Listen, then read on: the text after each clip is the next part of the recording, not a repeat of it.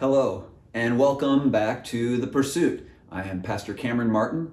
Today we are going to jump right in with a message that I'm calling Where is the Love? I probably don't need to intro it any more than that. If you have been watching any news or social media recently, and who knows, years to come this may be just as applicable, but right now it seems particularly keenly felt. First, let me just say, no one is ever just saying. You know, when you've heard people use that expression, hey, just saying, usually it follows somebody expressing something not all that flattering, like you're kind of a know-it-all and your wife's got a big nose. Hey, just saying, as if that takes away any responsibility from whoever is saying it to maybe it's just words. Hey, just saying something that everyone's thinking, even though it's unkind or hurtful. Words have power. Biblically, we already know that. Words and communication are relationship. If we are going to love someone on this planet, it will be largely known by words. Can't be only known by words. For example, no one ends up at the altar to be married after saying nothing. Can't not do anything. There has to be some action attached to it, of course, but there has to be specifics communicated. Actions can communicate large ideas, but very specific ideas only get communicated in words. And so us exchanging words is not only communication, it is how humans interface. It's how we share what's in our heart to see if we are on common ground. It's how we show or communicate compassion and how we end up on the same page. Even using a term like speaking the same language. It's because we know that the other person communicating that cares for us and has our best interests at heart. Even when somebody does something kind for us, sometimes inside we're thinking, why are you doing this? We can't communicate that in just action. Somebody has to say, how come you're helping me? How come you're being so kind? Gives the other person the opportunity to say, I feel like you could use some help, or I saw you were struggling here, or felt like God just told me to come over and see if I could support you. The English term communication has been evolved from the Latin communis and communicare. Surprising, and see where that's going? Communicare. They are two Latin words related to the word communication. Communis is a noun, which means common, communality, or sharing. So it starts with the idea of sharing and having something, I don't want to use the word again, but common ground, having something together. Similarly, communicare is a verb, which means to make something common, to make something shared.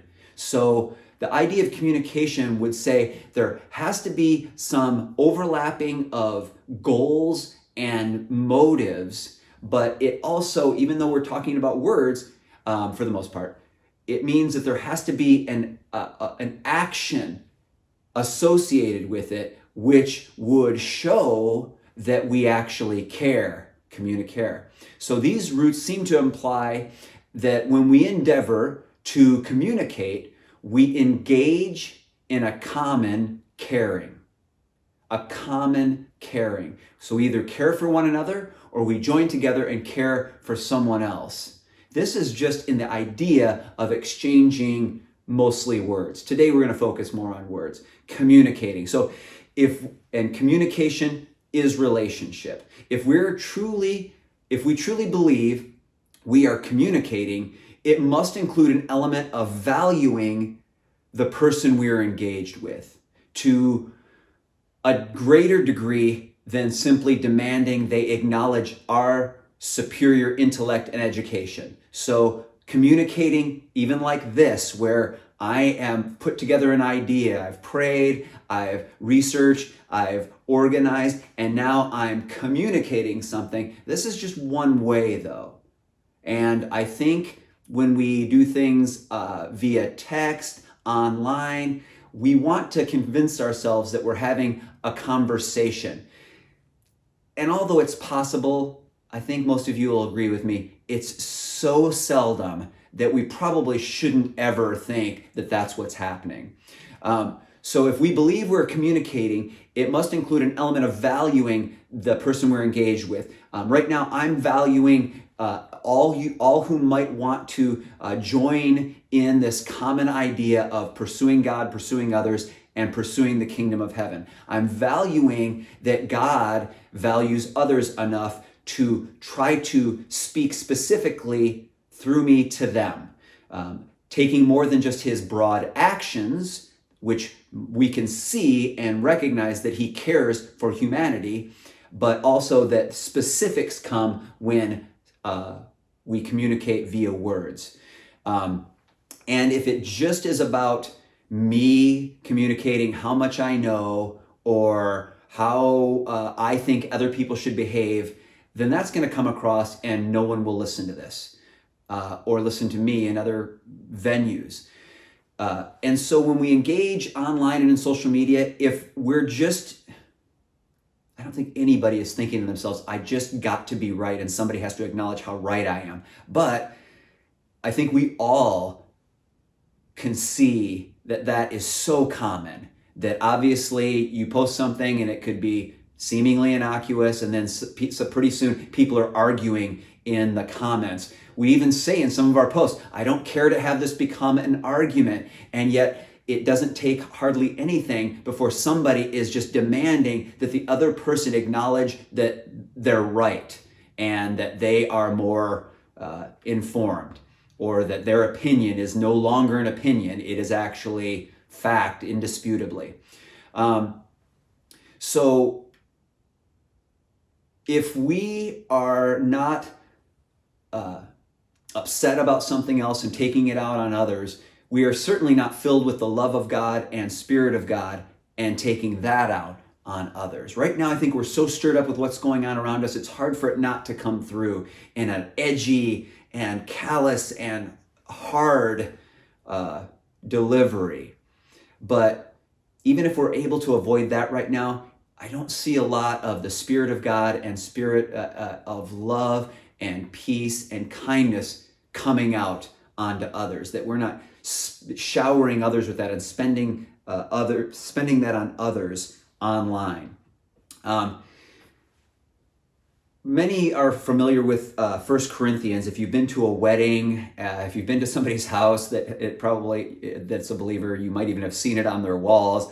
Love is patient, love is kind. And that's what we think of when we think of 1 Corinthians 13. But this is how the chapter starts. Paul says, if I could speak in all the languages of the earth and of angels, talk about a broad statement, but didn't love others, I would only be a noisy gong or a clanging cymbal. If I had the gift of prophecy and I understood all of God's secret plans and possessed all knowledge, and if I had such faith that I could move mountains, but I didn't love others, I would be nothing.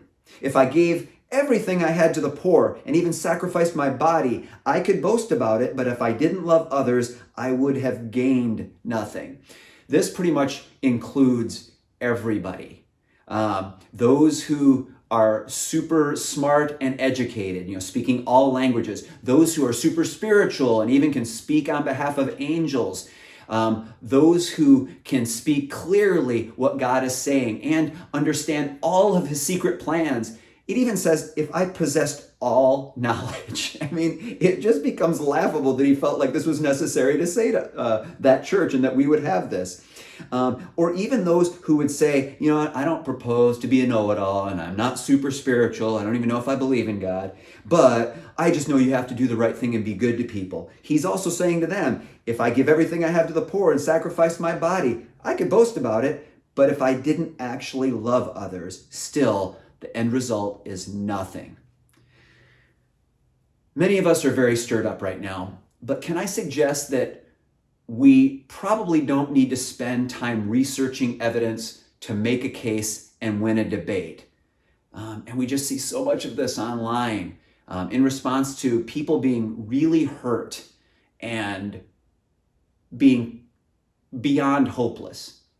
Rather, that time would be better spent instead of looking for reasons why we're right and finding an article that supports our case or finding a meme that shows somebody in a funny and snarky way how wrong they are and how right we are. Rather, that time would be better spent determining how in the world, in the midst of all this turmoil, are we able to maintain a heart of love toward others? If we believe in and follow Jesus and have been baptized with the Holy Spirit, we should be supernaturally equipped to love and persevere in any and all circumstances, including all that's going on right now.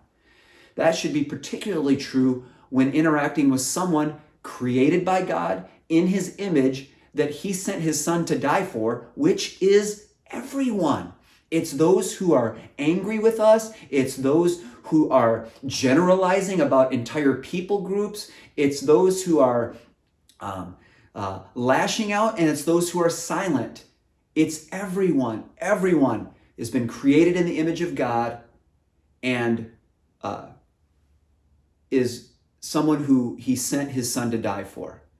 And if he valued them that much, then we should keep that in mind when we're taking the easy, lazy route to relationship that we call communication or social media.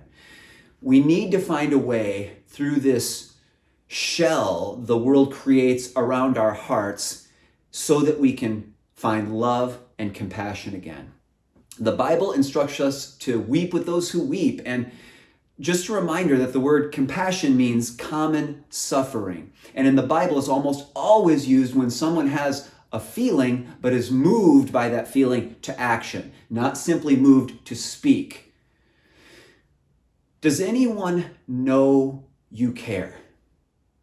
We just have to ask ourselves that. In all of our efforts to be heard and to communicate, does anyone know you care? Do they only know how smart you are, which may be true, or how often you're correct, or how clever you are? In James 1, 19 through 21, he says, "Understand this, my dear brothers and sisters, you must all be quick to listen, slow to speak, and slow to get angry. Human anger does not produce the righteousness that God desires. So," and he continues on, I'll come back to that in a second. Pausing here, quick to listen, and he puts that first. Slow to speak, we're going to come back to some of this, and slow to get angry.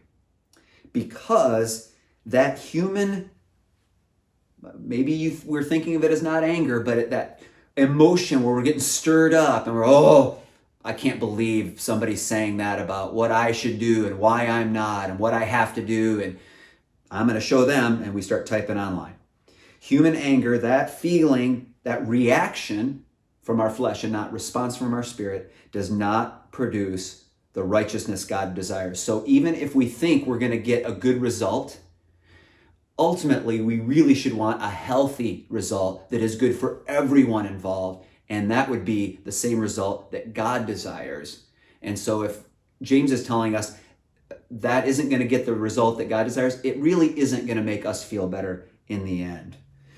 He continues, "So get rid of all the filth and evil in your lives and humbly accept the word God has planted in your hearts, for it has the power to save your souls." Interesting that he essentially is saying, if we are stirred up and we feel the need to quickly speak and listen second, and we are quickly offended, then he's saying there's something sick inside of you. There's a sickness, and we all have it. We're all prone to it. That's why we have to have this old creation that we were born with has to be done away with and overcome by the Spirit of God inside of us. So what James is saying is, if we allow ourselves to speak out of our flesh when we're provoked, we're not speaking at his prompting or on his behalf, but on behalf of something evil and filthy inside of us and prideful. Because he says, get rid of all the filth and evil in your lives and humbly accept what God has placed inside us. And he's implying it has the power to save us, so why not offer that to someone else? Okay. There's our intro. So, I'm not saying I'm perfect at this, but I have a decent amount of experience in communicating. It's what I've done for my entire adult life and career, even in the different jobs I've done. It's always been communication. So here are a few things that I humbly submit to help the situation when we communicate with one another, because communication is relationship. It's how we pursue others. It's how we interface with God. It's how we bring the kingdom to bear. We speak his word and see change on earth as it is in heaven. So first one is, just like James just said, listen first. And listen for understanding, not clarity. Many who think that they are good communicators will have already heard the idea of listen for understanding. I think we misunderstand that idea. We think if I am quiet enough, long enough, I'll hear clearly what the words are coming toward me. And I'll know I won't misspeak when I just decide to have my say. That's not what it means. If we're listening for understanding and not clarity, that's just clarity. It's not to be certain that we hear their words, but that we understand why they are bothering to communicate and what they hope to gain from being vulnerable enough to initiate change. Most of the time when it really matters and we're communicating things that really make a difference, we are going to have to risk the idea that the other person might not respond or respond poorly.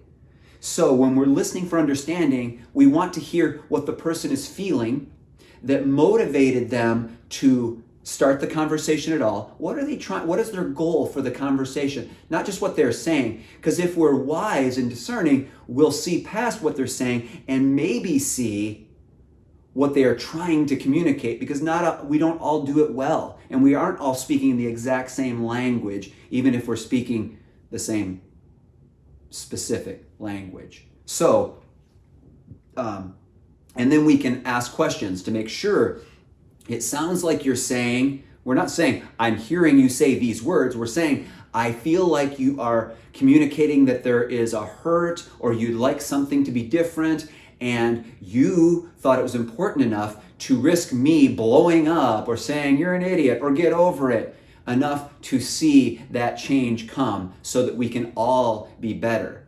Because even if we are the one that's being communicated to doesn't care about the situation, the other person obviously cares enough that they are willing to head off what is probably going to be a conflict or an abandonment, a dissolution of the relationship. So they're risking, and we should give them the grace and try to help them help us understand. So listen for understanding, not clarity. Remember that when we're communicating online and we're talking about something that doesn't involve us personally, and even sometimes when it does, we communicate it in such a way that we imply that the idea we have belongs to us and we came up with the idea. So the tip here is, just keep in mind, it's not your idea. Almost none of us communicate an idea that is completely original and came from us, so that if somebody resists it or says, oh, that's stupid, that we should take it personally because it's our idea. So when you discover an idea that you agree with or you feel passionate about, don't get married to it. It's not yours, so don't take it personal. All of us are continuing to learn and discover our position and viewpoint. So try looking at it as, I tend to agree with the idea that, or I'm drawn to the idea that, and then you acknowledge that you found this idea. It seems to make sense to you right now with what you know, but it also invites other people to test the idea. Ideally, so that you can say, you know what? This idea could use some work, or I'll bet there's a better idea.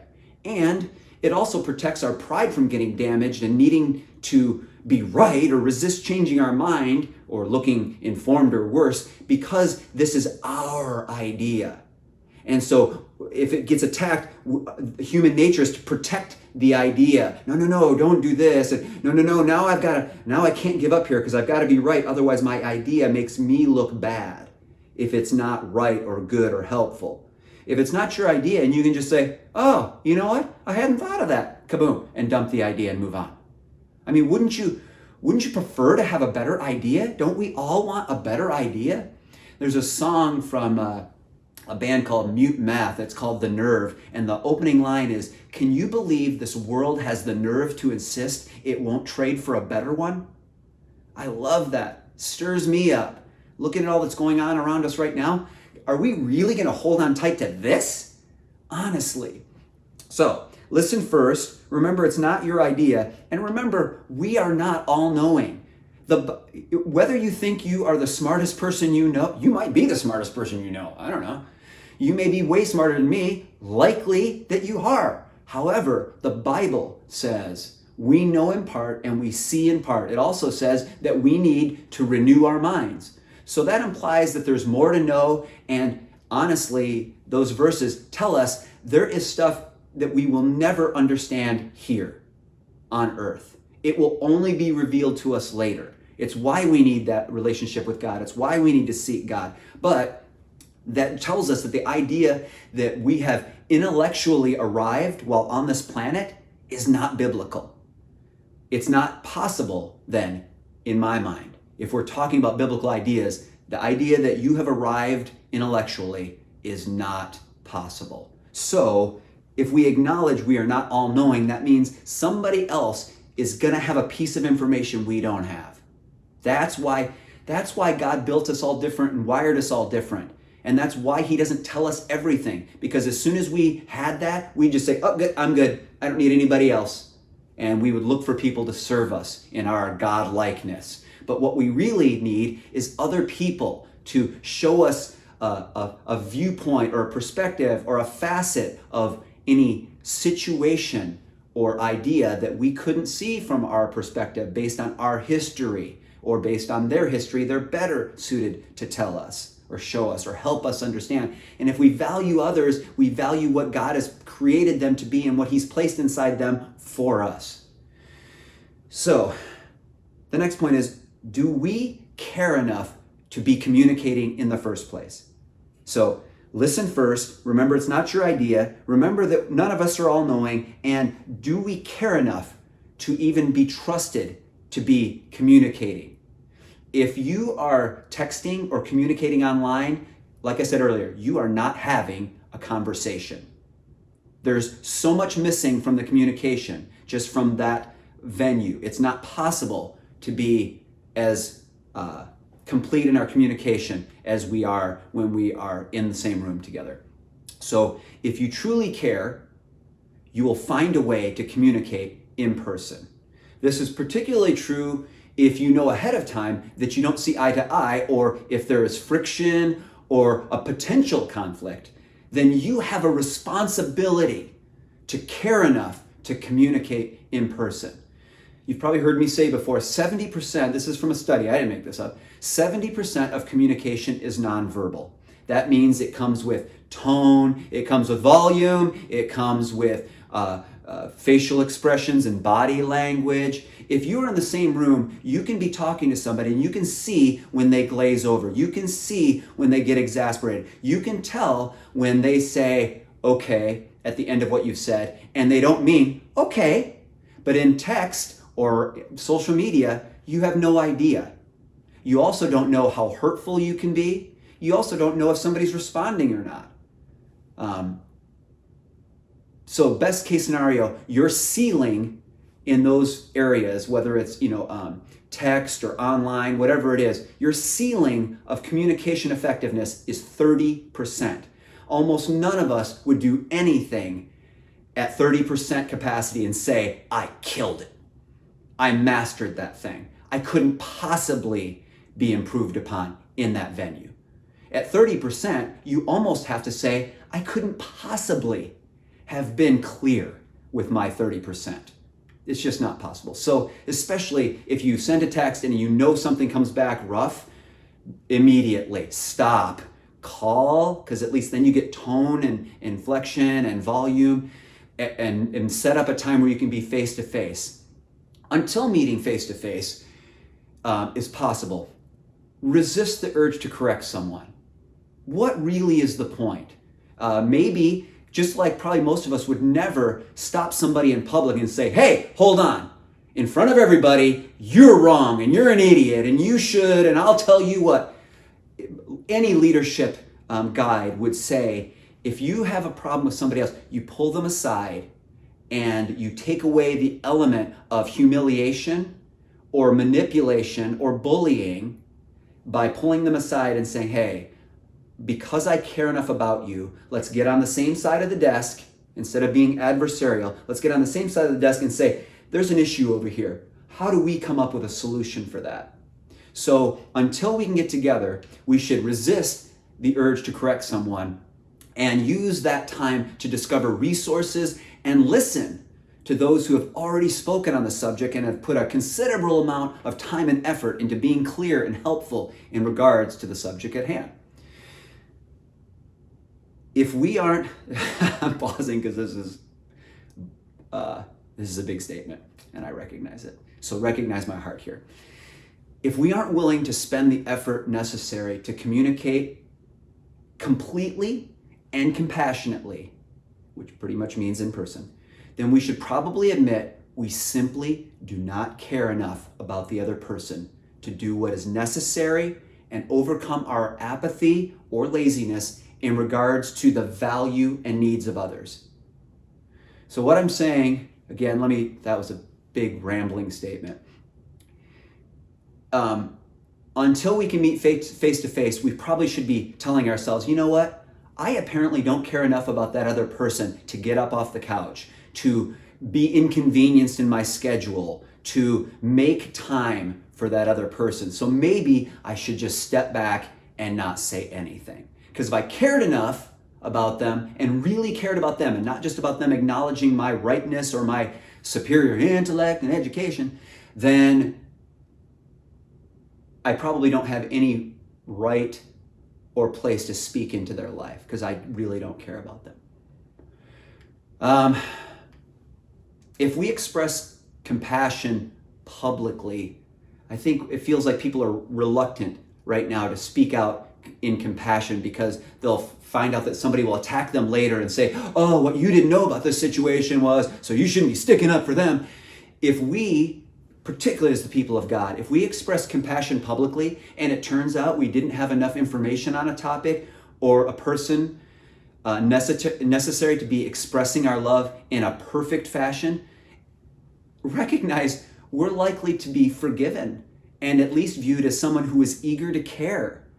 But if we're waiting to have enough information to decide whether or not we should express compassion, that moment may never arrive.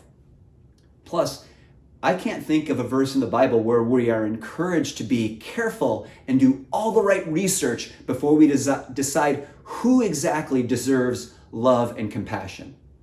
Jesus died while we were still sinners. We didn't just disagree with him, we were being active in offending him and killing him for what we had done. And at that time, he did more than sacrifice his appearance in a discussion online or even to be seen with the wrong people.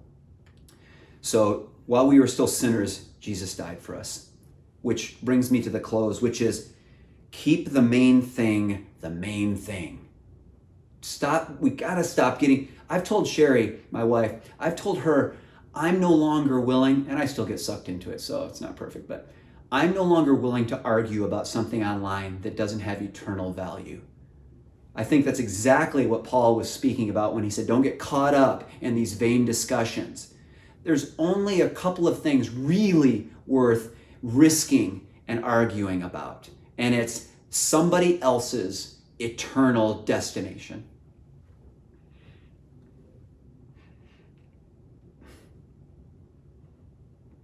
So keep the main thing the main thing. When Jesus sent out his disciples, he said, heal the sick, raise the dead, and cast out demons. And then just before he commanded us to make before he ascended, he commanded us to make disciples. How much do we believe he loved his disciples? So if we aren't going to do the things on that list that he specifically told us to do, how much more certain should we be before we assign ourselves the extra duties of running around correcting those we don't know and haven't invested enough in relationship to truly care about? In the meantime, everyone has been created by God in his image, and they deserve kindness and respect. And when somebody else is not treated with kindness and respect, regardless of what we know about them or their situation, our spirit inside us, the Spirit of God inside us, should rise up and say, that person is created in the image of God, and Jesus died for them. And no one deserves to be treated that way, no matter what they did. Jesus said specifically to the people who killed him, not who were responsible for putting him on the cross. I'm talking about the guys who nailed him there. He said, Lord, forgive them. They don't have any idea what they're doing or the consequences. Sorry. But if Jesus expects us to love our enemies, then who is left for us to treat with callousness and contempt and rebuke?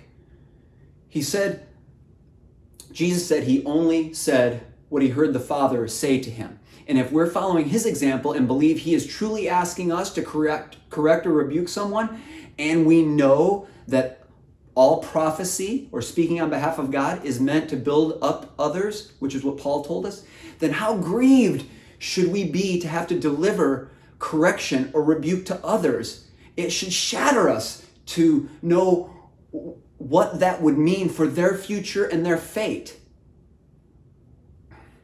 Statistically speaking, most Christians will only lead one person to Jesus in their lifetime. That's based on the idea that the average church is 80 people, and most churches only make one actual conversion a year. And so if most of us live about 80 years, that means each of us will get one opportunity to do that. And actually, that's an average. So that means most of us don't do it at all, and some people do more. Statistically speaking, though, most Christians will only lead one person to Jesus in their lifetime. And with that track record, do we really have the credibility to direct others to completely change their lives, especially when we don't even know them? We could make the case that God's word contains its own power to change others, which it does. However, Paul would have included that in his statement when he exhorted us that if we speak on behalf of God but don't have love, we're still simply annoying. Remember, our opening scripture today was 1 Corinthians, starting in verse 1, and it talked about all that. If I could speak all languages, earth, angels, had the gift of prophecy, if I understood everything God had that he was holding secret, if I had all knowledge, if my faith could move mountains, if I gave everything I had to the poor, sacrificed my body, but I didn't love others, I am nothing. What I've gained is nothing, and it's simply just annoying. Here's my next point, though, or my last point. That is immediately followed by, all that I just read is immediately followed by what you've heard, that love is patient online and in conversations with others. Love is not jealous or boastful or proud or rude when we post a meme. Sorry. It does not demand its own way when it types in caps. It is not irritable when it posts anything, literally anything, online. It keeps no record of being wronged, and it does not rejoice about injustice or tell somebody why somebody deserved to be treated unjustly, but it rejoices whenever the truth wins out. Love never gives up, never loses faith, is always hopeful, and love never fails. And then right after that, a couple sentences later, these three things will last forever: faith, hope, and love. And the greatest of these is love. If we aren't carrying faith, hope, and love into every situation, every interaction, we are settling and we are falling short. These ideas should drive and shape all our interactions. So let's pursue God and understand his heart for those we disagree with or who have hurt us. Then let's pursue others who look and think like us, and more importantly, those who don't. We pursue the kingdom of heaven because that is where the power of God comes from to do this, what feels like impossible thing right now. And we pursue the kingdom of heaven because his kingdom is big enough for everyone.